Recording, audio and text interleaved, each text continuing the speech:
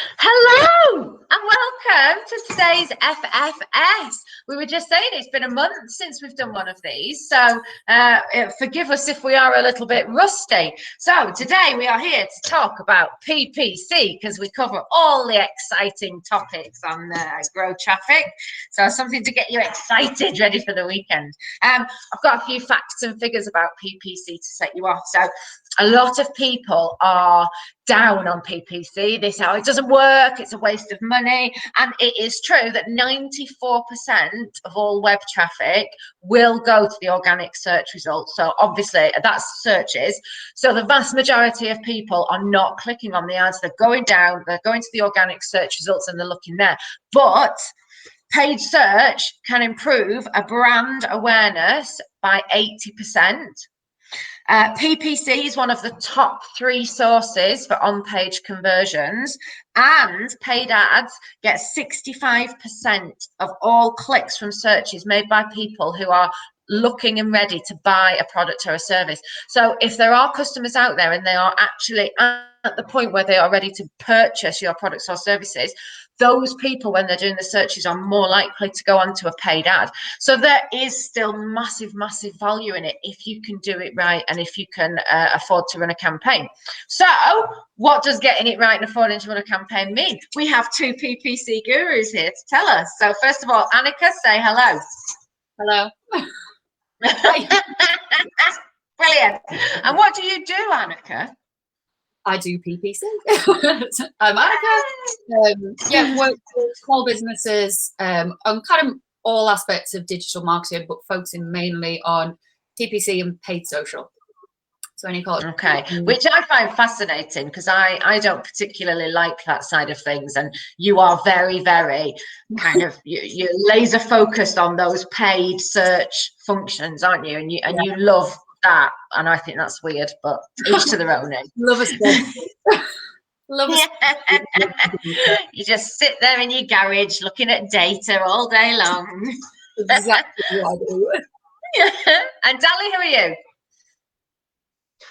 Dally from Grow Traffic, one of the directors here, and I have been doing search marketing, well, PPC, for about 14 years, something like that. And you genuinely love doing PPC, don't you? You have a bit of a love-hate relationship about it. You moan about it whenever we give you any, but actually you quite like delving in and having a look at a fresh pair of eyes on a campaign and bringing something to it, don't you? I love PPC. I love that it's the immediacy of it.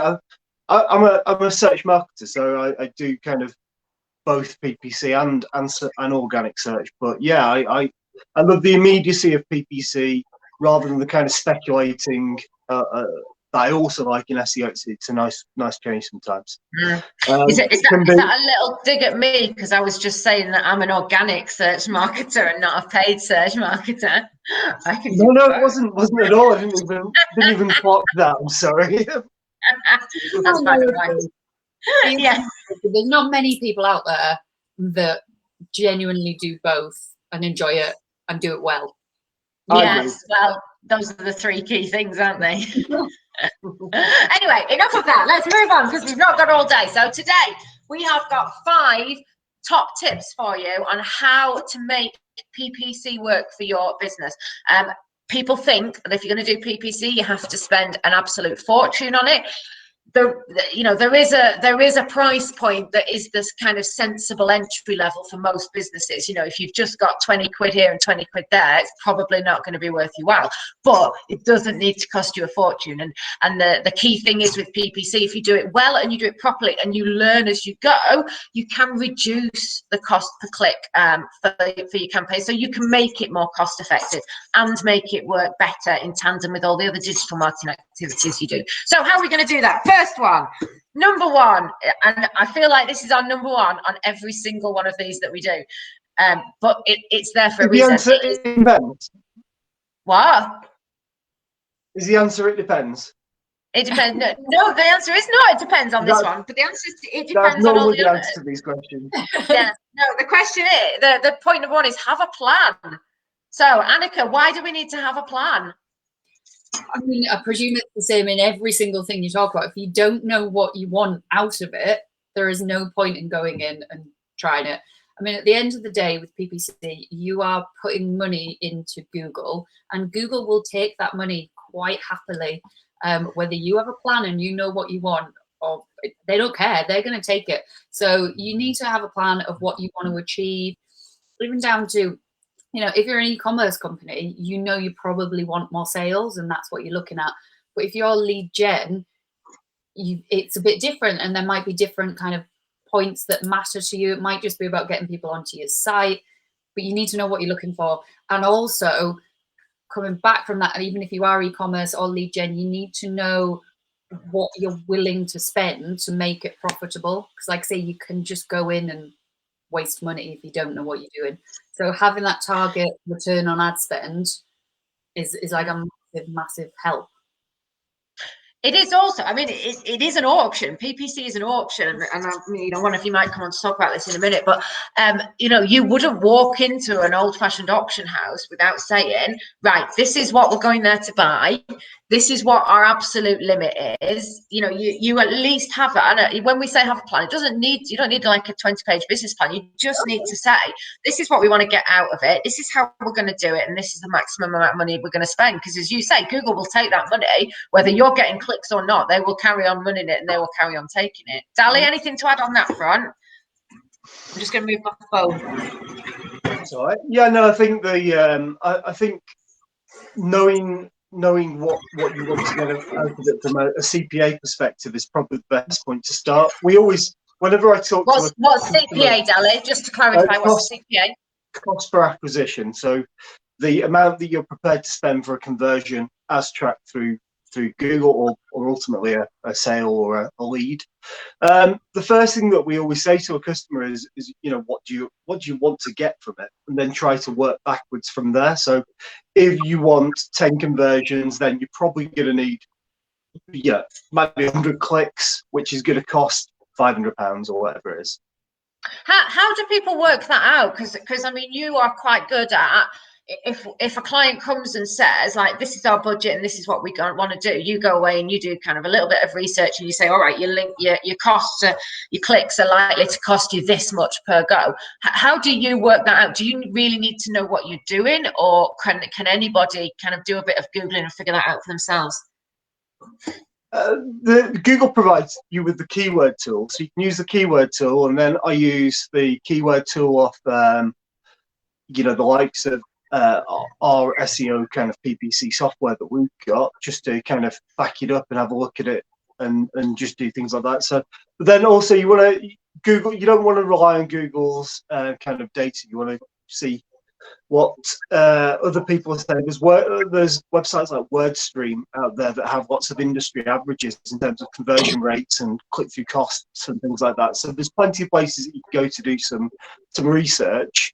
And then it's just a case of figuring out what the size of the market is, what the volume of clicks or searches, impressions is likely to be, and then apply your click-through rate, and from there you can apply your conversion rate, and your cost per click comes into that. You know, so you know your conversion cost, and then you can work out whether it's going to work for the client.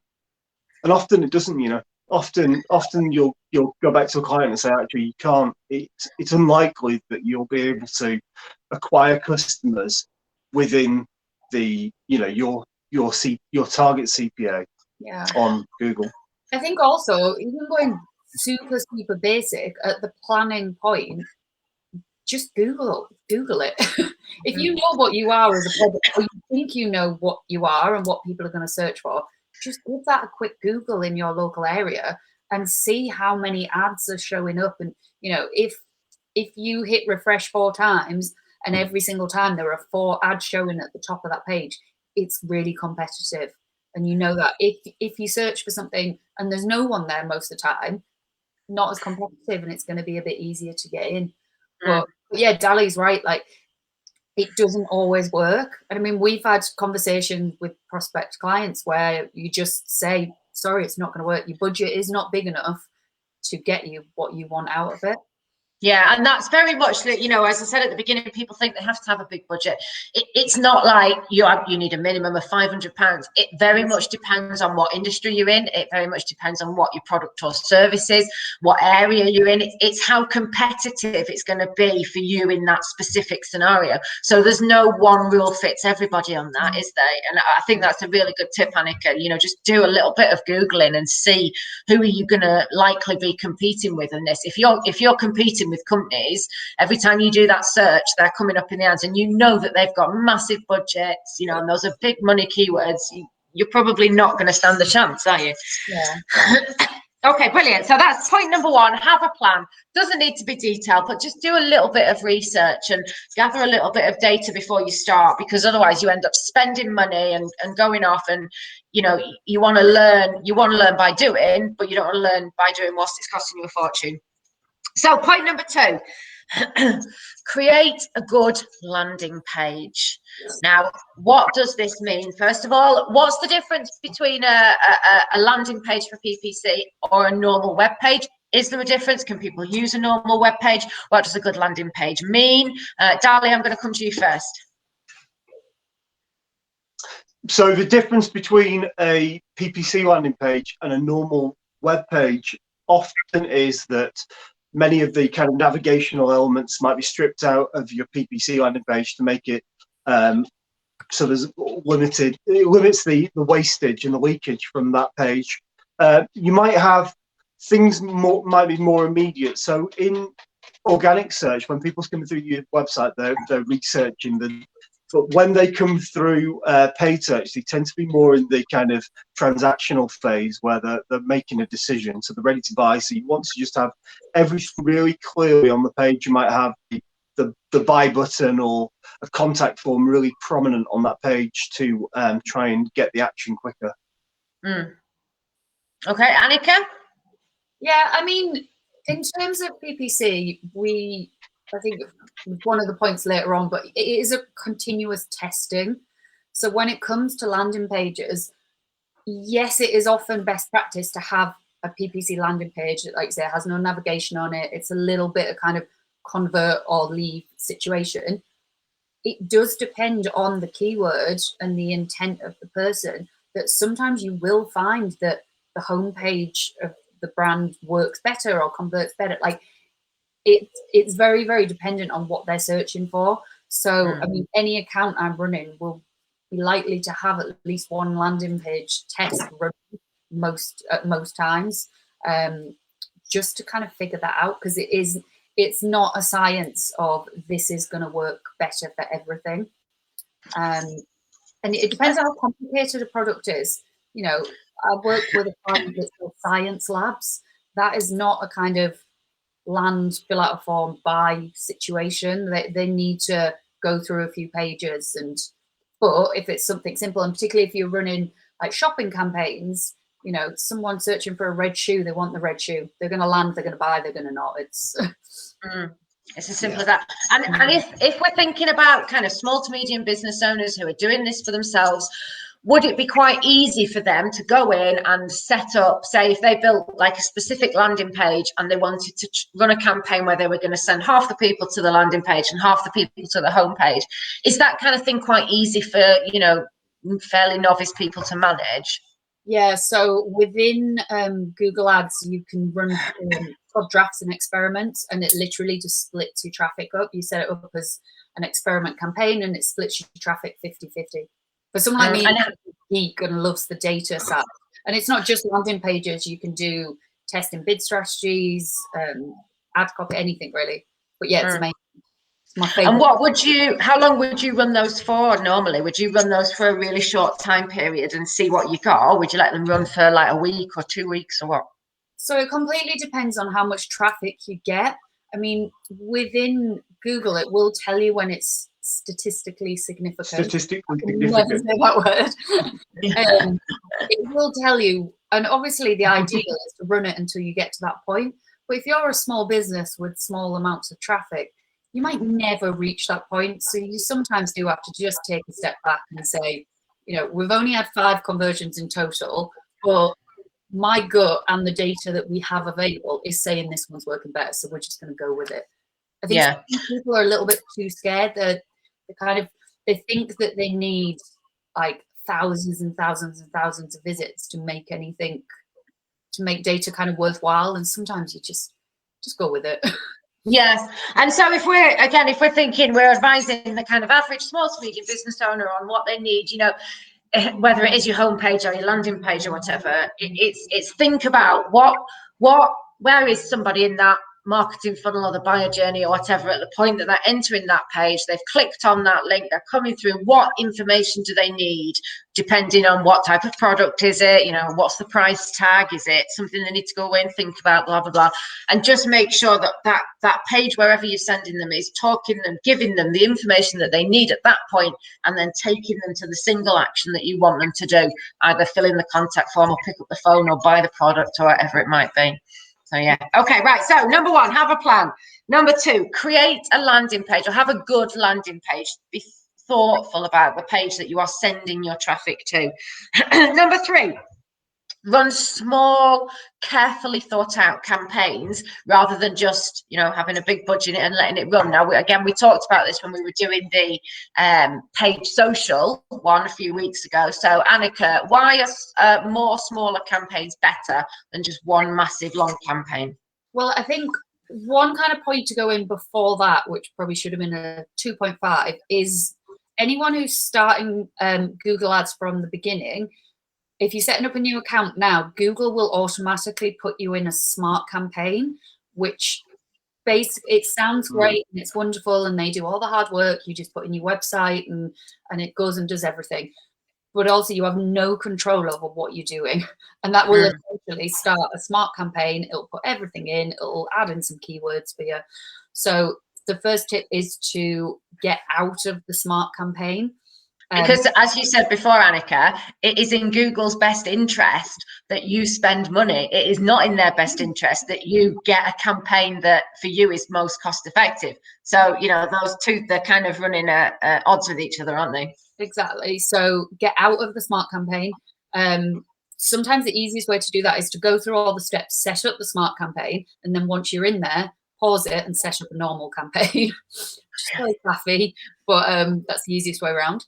But yeah, by separating out, and again, it's a balance. You know, you don't want to go into an account and have like 300 campaigns, because managing that account is going to be difficult and it's going to take so much of your time. But at the same time, don't put everything in one, because it is that campaign level where you allocate your budget. So you don't want to kind of put all your budget onto one thing, because you don't know what's working well and what's not. And particularly if you've got multiple services or multiple products, or, you know, you might want to, again, looking at an e-commerce kind of point of view, you might want to invest more into shoes than you do into handbags, because shoes convert, 15 ROAS, whereas handbags are at 2. So it's about like that budget allocation is the main point. And also just ease of management.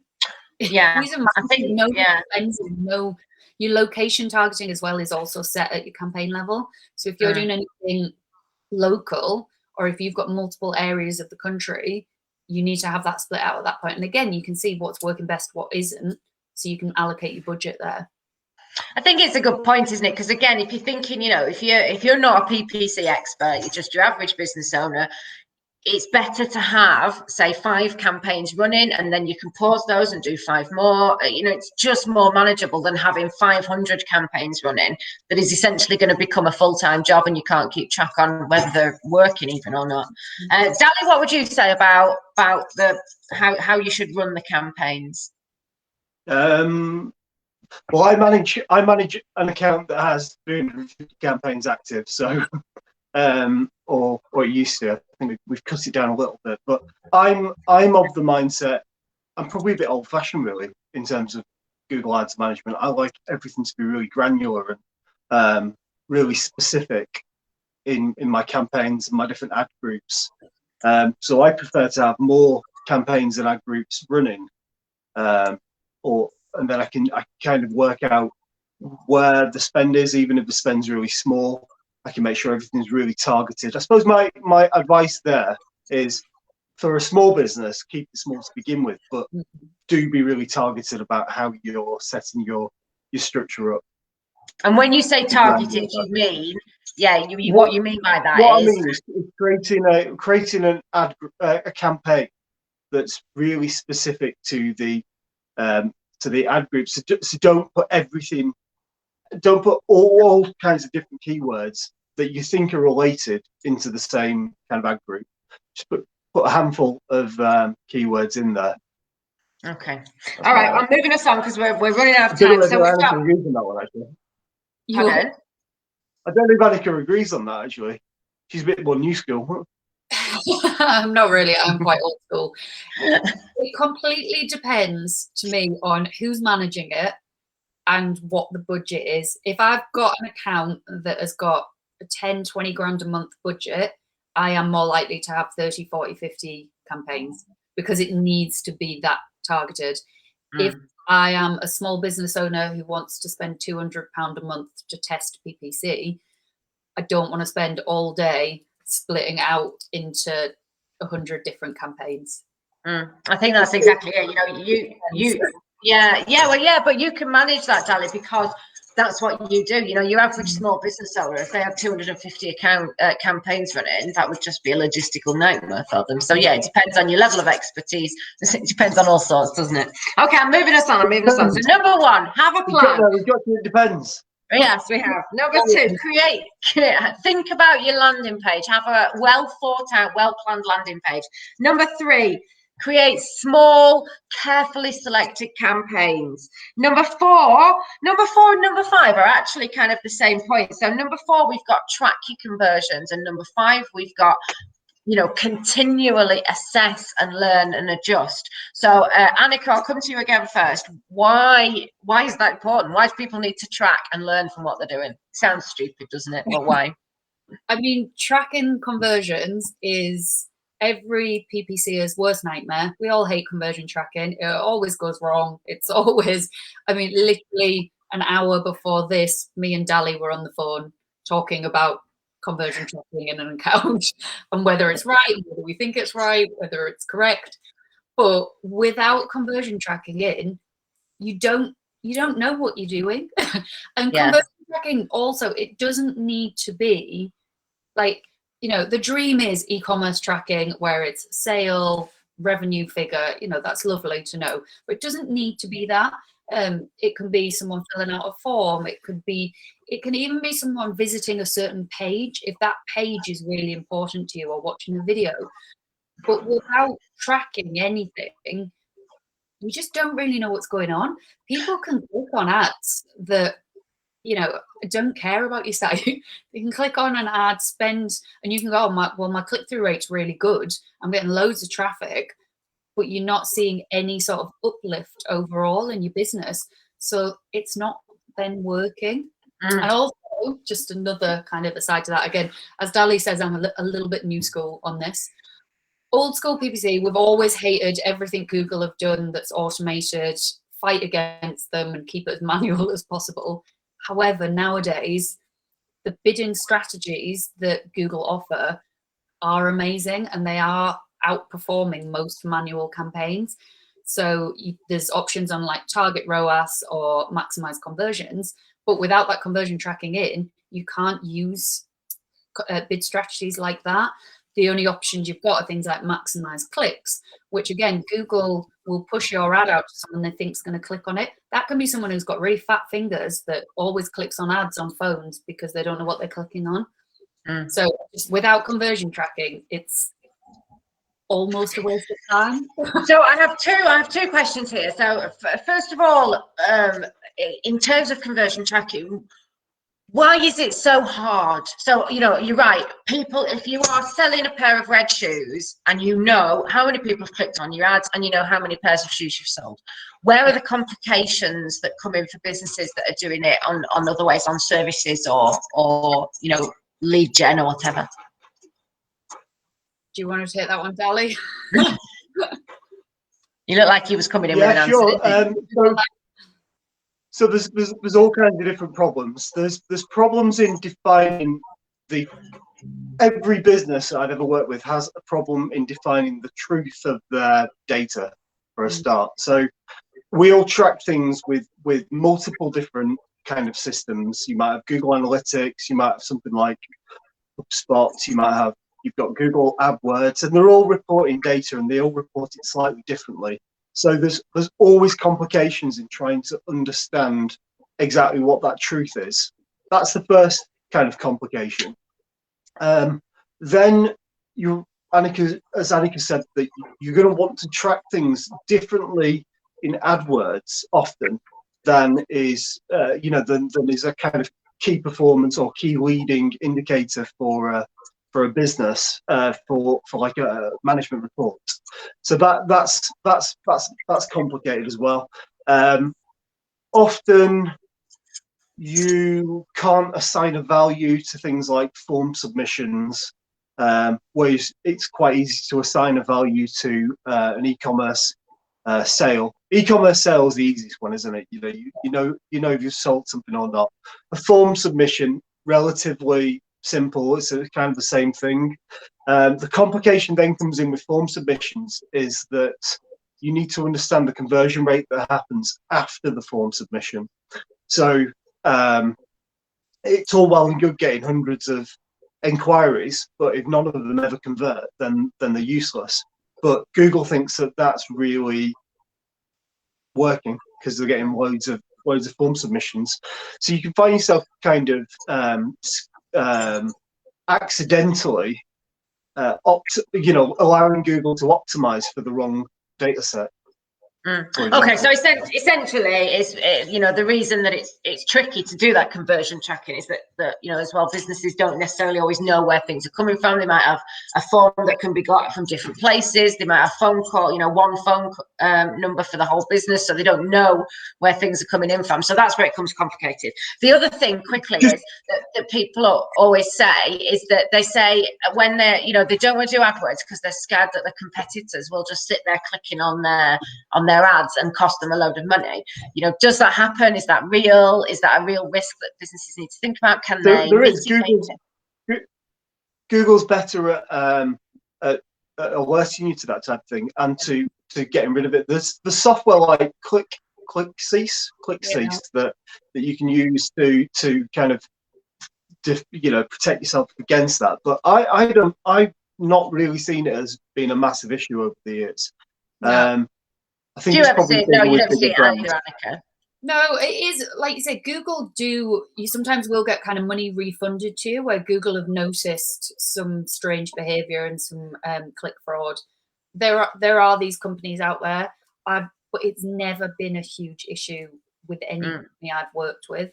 A lot of the time as well, again, depends on the type of company, but a lot of the time you actually have a relationship with your key competitors. So a lot can be said for kind of gentleman's agreement on you don't bid on my terms, I won't bid on yours type situation. It's not. It's really interesting. This is a kind of mentality, and I do understand it, but to me, it's quite an old-fashioned mentality. It's like when people say, I'm not sharing a tweet or a blog post or something because that's our competitors, they've done it, and you're like, well, this is just a cracker's way of doing business. There's no need for that level of animosity. It only ever works to the detriment of both parties. It never helps anybody. So anyway, we're running out of time. So final point. Rachel, could I just make one more point on conversion tracking as well? For most small businesses, they should get a developer to implement it for them. Okay. Right. So final point is assess and amend. And again, it sounds really obvious, but why is it important, Annika? Should people, when we say assess and amend, how often do they need to be in there tracking it? How often should they let campaigns run for? When is the right time to say enough's enough, cut it off and start a new one? What is there a rule of thumb about it? Or does it depend? It depends. Definitely depends. I mean, the worst thing you can never do with PPC is set up a campaign and walk away and leave it for 30 days and think it's fine, I'll check that like in a month's time.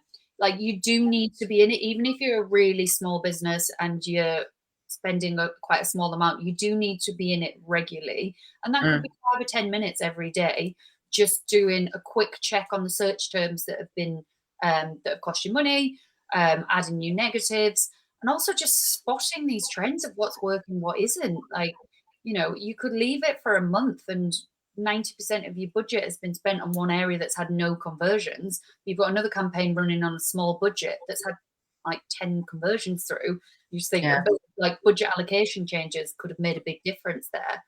So you do need to be in it a lot. Google does have like a mobile app that's quite good these days. You know, I hate to admit it, but I do tend to check it first thing in the morning in bed. But yeah, you do need to be in checking things regularly and changing things. Again, it kind of depends on how much you're spending, how much traffic you're getting. But you always need to be testing out different landing pages, testing different ad copy, and testing different like bid strategies. And yeah, testing is massive. Testing. Yeah, permanently ongoing. Like it's never. Your job is never done with PPC. You don't just set it up and there you go, done, let it run. Yeah.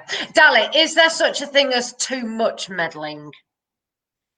Yes, over optimization. It's really easy to do as well, especially if you're not getting the performance that you hoped for or thought you or previously were getting. You know, something's changed and there's a sometimes you can just go in and make just a few too many changes, or you can make a huge change, and then a week later, you know, your stats are all over the place. The things that have been running consistently for years aren't working like they used to, and it can sometimes be really difficult to, if not impossible, to get back to where it was before. So yeah, you can over optimize, definitely. Also, you know, it's always incremental games with anything in terms of marketing, and PPC is no different. Yeah, the other thing to mention is if you are using one of Google's bid strategies, every time you make any change in your campaign, it goes back into what it called learning mode, and that can be 2 weeks where it's kind of learning and using more data again, and you can see strange things happen. So sometimes it is a bit scary, and it is just kind of sit on your hands and wait for it to do its thing and see what the results are at the end. But it can be very scary, and particularly if, you know, if you're a small business owner and that's your money and you're seeing that go and it looks like you're not getting anything for it, it is scary. Yeah, I was talking to somebody yesterday actually about she said we've done loads of work. She's worked really hard. She's getting rankings, and she said, "Well, what do I do now?" And I said, "This is the kind of hold your nerve and sit on your hands bit, and we've just got to leave it for a few weeks, see what happens, and then we'll start looking at stuff again." And there is always a point of that, isn't there, where that you do reach a point where you're like, you've just got to let it do its thing and stop faffing with it. But I think what you said, Dal, is really important, and I think this is really key to remember. Things do change, and it could be something to do with you, but it could not be something to do with you, and it could be something not to do with the campaign. It could be to do with the rest of your website. You know, there are so many things, and so if something drastically changes, it's always worth not just going in and panicky, you know, clicking things and changing things, but take a step back and look at it as a whole and say, all right, what has changed and what do we need to look at, rather than just going in and panic changing. Do you think? And also looking at things happening outside of your marketing activity. You know, the world's a very strange place, and suddenly things, you know, I've worked when I worked for an agency, one of our clients was a funeral company, and we saw massive spikes when Whitney Houston died because everyone was searching for it, which you don't plan for these things. You don't think to go in and add in every celebrity's name as a negative term. Because you don't know that's going to happen. Yeah, no, it's really interesting, isn't it? You're right, and again, I mean, that's the same with, you know, organic SEO as well. There could be all sorts of reasons as to why things will suddenly change like that online.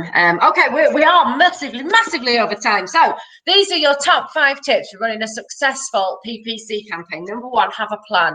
Number 2, create a thoughtful landing page that makes sure you are meeting the needs of the searcher at the point that they land on it and driving them to a consistent call to action. Number 3, run small, carefully selected campaigns, not just one that runs forever, not hundreds, but smaller ones, and amend as you go. Number 4, track your conversions. Whatever your conversions are, make sure you're tracking them and try and get them to be as accurate as you possibly can by eliminating other things that might influence that. And number 5, always assess and amend. Watch your stats. You know, you don't need to be in there every day tweaking it, but you do need to keep an eye on it. You do need to watch what it's doing. You need to learn from what it's doing. And if all else fails, have a chat with a professional, because it genuinely does not cost as much money as people think to have somebody just help you out with a PPC. Either do some proper training yourself or get somebody in who can help you run it. Annika, final thought, last top tip for anybody. I've thrown that at you. I didn't tell you I was going to do it, did I? You really have. To be honest, it's probably one of the ones we've already got in there. It is conversion tracking. Okay. Just making sure you've got that set up from the beginning and as accurate as you can, so that you know how it's working. Like, get as much data as you can to know what's working and what isn't. Yeah, data is good. Simon Daly, final thought. Use exact match keywords as often as possible, and use the search query report to negative out anything that isn't relevant to what you want to target. Okay, brilliant. Sounds good. Thank you. Annika, please, as ever, put your contact details in the comments box if anybody would like to get in touch with Annika. She is bloody awesome at what she does. Simon Daly is also awesome at what he does, but he does have a little bit of a paddy every time he gets a new client. So I go to Annika first and then Daly if needs be.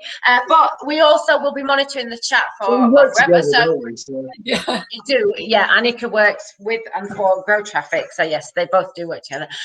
But yeah, we'll be monitoring it. If you are watching this back at a later point and you have a question, please do still ask it, and we will still see it and we will still answer it.